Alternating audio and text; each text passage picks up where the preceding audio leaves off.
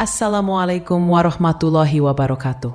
Tahukah kamu, dari 4 paman Nabi Muhammad SAW, hanya Abu Lahab yang menjadi musuh bebuyutan Islam. Nama aslinya Abdul Uzza bin Abdul Muttalib.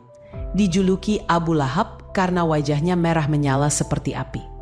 Ia menikahi Ummu Jamil, wanita bangsawan Quraisy yang ambisius.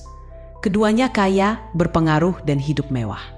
Ironisnya, saat Nabi lahir, Abu Lahab sempat bahagia dan membebaskan budaknya sebagai tanda syukur. Namun, begitu risalah Islam datang, ia langsung berubah menjadi penentang paling keras terhadap dakwah Nabi. Inilah pasangan paling kompak dalam kebencian terhadap Islam, yaitu Abu Lahab dan Ummu Jamil. Ummu Jamil nama aslinya Arwa binti Harb, saudari Abu Sufyan. Berasal dari keluarga terpandang. Ia menjadi simbol kesombongan wanita Quraisy, suka mengadu domba dan menyebar gosip. Meski begitu, tak semua keluarganya sesat. Putrinya, Durrah, justru masuk Islam saat hijrah ke Madinah. Namun kedua orang tuanya tetap keras kepala, menolak hidayah hingga akhir hayat. Sebelum masa kenabian, 2 putra Abu Lahab telah menikah dengan putri Nabi, Ruqayyah dan Ummu Kulsum. Namun ketika Nabi mulai berdakwah dan menegur kaum Quraisy, Abu Lahab murka. "Celaka engkau, Muhammad, untuk ini kau kumpulkan kami," katanya dengan nada menghina. Dari peristiwa itu turunlah surah Al-Lahab, ayat yang memvonis kebinasaan Abu Lahab dan istrinya.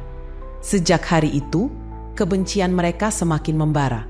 Anak-anaknya dipaksa menceraikan putri-putri Nabi. Namun Allah memuliakan keduanya. Ruqayyah dan Ummu Kulsum kemudian dinikahi Utsman bin Affan, sang pemilik 2 cahaya, Dzun Nurain. Turunnya surah Al-Lahab menjadi tamparan keras bagi Abu Lahab dan Ummu Jamil. Namun bukannya sadar, mereka justru makin beringas. Abu Lahab melempari Nabi dengan batu, sementara Ummu Jamil menebar duri dan kotoran di jalan.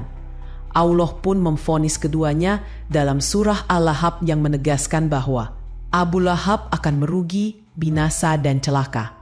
Dan itu benar-benar terjadi karena ia mati mengenaskan di saat sakit yang membuat jijik teman-temannya.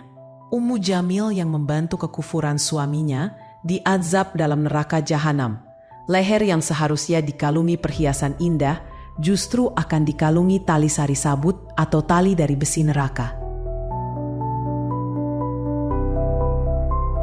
Kehidupan keluarga Abu Lahab yang mewah perlahan hancur. Abu Lahab dan istrinya melakukan segala cara untuk menghentikan dakwah Islam, mencaci Nabi, menyebar fitnah, dan bahkan menyabotase kafilah dagang yang ingin bertemu Rasulullah. Namun doa Nabi menembus segala kebencian itu. Anak-anak Abu Lahab, Utbah dan Mu'attab, akhirnya memeluk Islam saat Fathu Makkah. Sementara Utaibah yang pernah meludahi Nabi, tewas tragis diterkam singa saat berdagang. Doa Nabi tak pernah meleset. Inilah akhir tragis seorang pembenci kebenaran. Abu Lahab tak ikut perang Badar, tapi membayar orang lain untuk menggantikannya. Tak lama kemudian, ia terserang penyakit kulit parah, penyakit bisul busuk di sekujur tubuhnya. 7 hari kemudian ia mati dengan tubuh membusuk. Bahkan keluarganya jijik mendekat. Mayatnya didorong dengan tongkat ke dalam lubang, lalu ditimbun batu.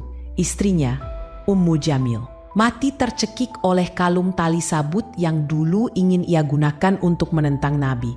Azab datang sesuai dengan firman Allah.